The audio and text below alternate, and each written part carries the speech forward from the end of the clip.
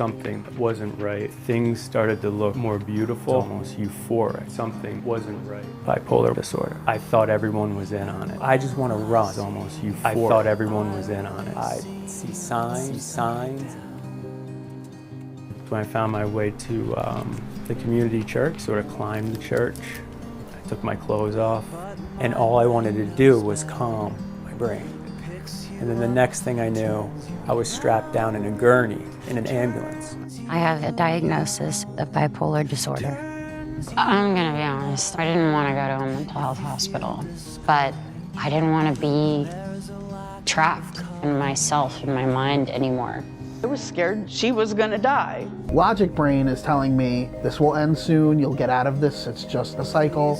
And then the emotional side of my brain is like, nothing's ever gonna be okay again, you're gonna be stuck like this forever, this is the rest of your life. Having bipolar is like white knuckling every day of your existence. The highs can be really great, and the lows are always very terrifying. During a manic episode, the longest time I've gone without sleep was either 7 or 8 days.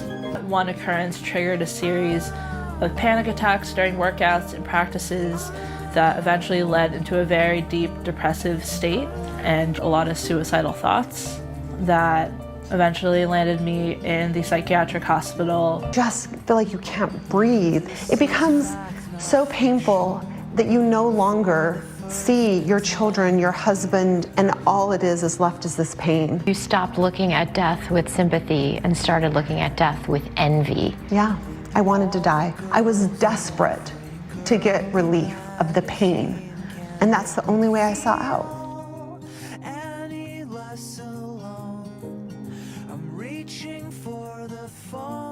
They're like a bunch of kids, who have some mental health issues. He wanted nothing more than to be normal. For Kyler Effinger, the first day of 2024 was the final day of his life. 30-year-old Kyler Effinger. Kyler Effinger. Kyler Effinger. Kyler Effinger. Kyler Effinger. Kyler Effinger. The video shows some heartbreaking moments and mannerisms that demonstrate an apparent mental health crisis. His chilling last moments made national and local news. 30-year-old Kyler inexplicably breached an emergency exit at Salt Lake International Airport. Then, in the cover of darkness, tore on foot across a runway, undressed, and climbed into an engine cover of a commercial airplane. They had him on video for 4 hours and no one was able to help him. What you can't spot in the airport's grainy surveillance video, captured in the moments leading up to his death, is Kyler had bipolar disorder. If someone had just put his arm around him and said, "Hey buddy, it looks like you're having a bad day, can we help?" I think it could have saved his life.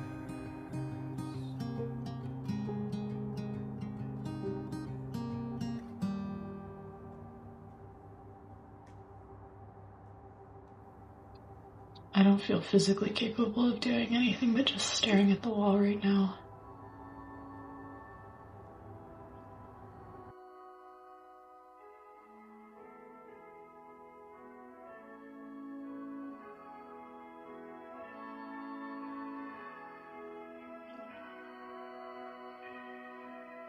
Sometimes in the morning I am petrified and can't move, awake but cannot open my eyes. It was literally like I could feel the hemispheres of my brain split apart, and they were no longer communicating with each other. I don't like feeling at home. I do though, to some degree. It's a love-hate relationship. My junior year of high school, I had my first psychotic episode. She would be up all hours of the night.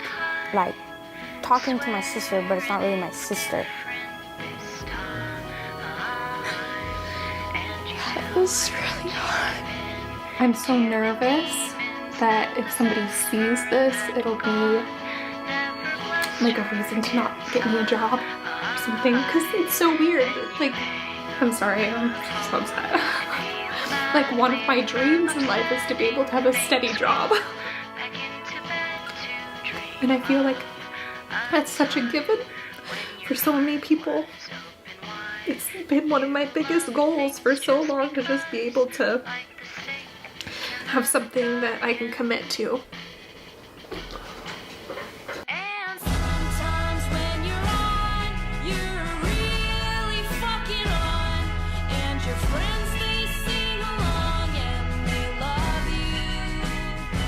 I am an actor, a musician, a writer. I do comedy. It's not always going to be easy. There's going to be times where it's a really, really long time and then you come back, or it'll be a short time and you come back. But as long as there's that place or that person to come back to, that trust is going to build and that understanding is going to build. And my dad and I have this tradition where in every major step in my mental health diagnosis journey, we've got a new houseplant.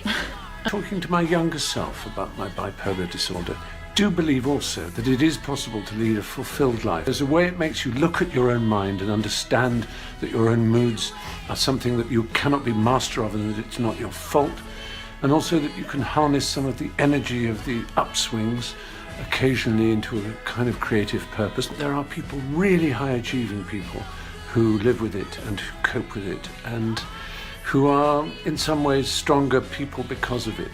You are part of a treasured and extraordinary circle of people who have in the past and will in the future have this condition, and that it doesn't define you exactly, but that it does mean that you have a special relationship with your mind, and that can only be a good thing. So it's not perfect, it's not all sunshine and roses and rainbows, but I don't want to kill myself, and for me that's like manageable.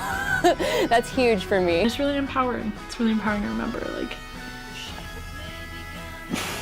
every way of being has its drawbacks and its advantages. And I think with mental illness and people who have abnormal personalities or moods or proclivities,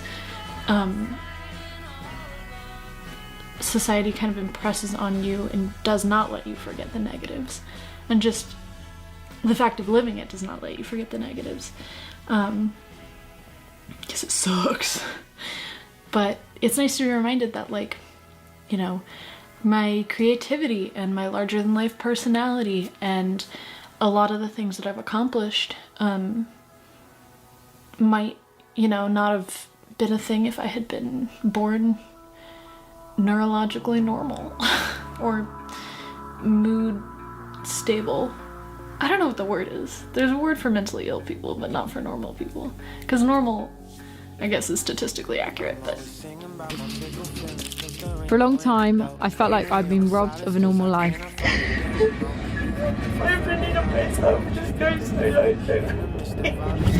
What you're about to witness is my fight to get it back. It's a dream come true. It's been a great day. I was asked by the guy I'm seeing. He's asked me to be his girlfriend, and I said yes, and I was very excited. No, okay, I'm not going to cross the road, but I am going to have a boyfriend from now on, so woo-hoo-hoo. My boyfriend told me that he loved me on New Year's Eve. It was so sweet. So yeah, Happy New Year. We do still have the very high highs and the very low lows, but thank God I have therapy for that. Yeah, it's not the thing which defines me anymore. I've got really good friendships and morals, and I know what I stand for. Yeah, I wouldn't change anything in my life. Yeah, I'm very happy. Very happy. She's a daughter, she's a sister to 3 big brothers. She's also an auntie to the cutest little niece ever. And she's bipolar. And she has coping mechanisms that she goes to when, you know, she's feeling stressed. It's a lot of fun to have Risha around, and she's doing a lot better. It's good having Risha back.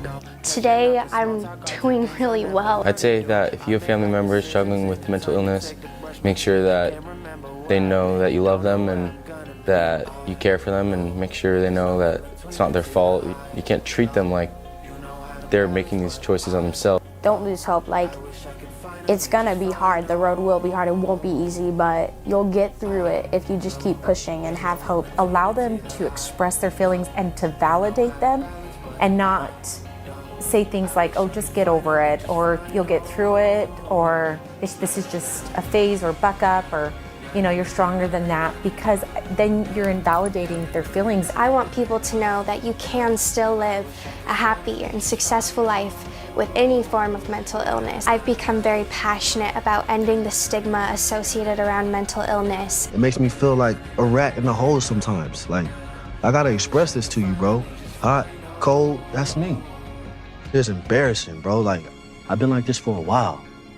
We appreciate you sharing all this with us. Like, seriously, you can tell us any of this stuff. I love y'all, man, and you guys make me feel comfortable. You guys are weirdos, just like me, bro. I think it's pretty cool that we've got the first hype man that's clinically depressed. I'm bipolar. I'm so glad you've told me. It explains so much. If anything, not knowing made it a little difficult to connect with you fully, the way I would have wanted. Thank you. Thank you. It's amazing what trusting one true friend in your life can do. Once I told Sylvia, it seemed like the cat was out of the bag. I rang old boyfriends from over the years, colleagues I had just stopped calling for no reason. I felt almost proud of my condition. It turns out I'm bipolar. It was cathartic, strangely healing, how forgiving and understanding they were, and how little credit I had given so many people. And I promised myself no person would not know the full story of me, the good, the bad, and the mad. If you know you have any mental illness or you think you might have a mental illness, you're not alone. There are a lot of us. There are resources out there. Don't be afraid to ask for help. I know it's awkward to ask for help, but sometimes that's all it takes to feel a sense of relief. I ask for help every day. There are people that are out there that are willing to give you help. Having a mental illness is not ugly. It's not a sign of weakness, and just know that you're never, ever alone. I'm so happy, 'cause today found my friends are in my head. I'm so ugly, that's okay, 'cause so are you. Book on mirrors, Sunday morning is every day for all I care. And I'm not scared, light my candles in our days, 'cause I found God.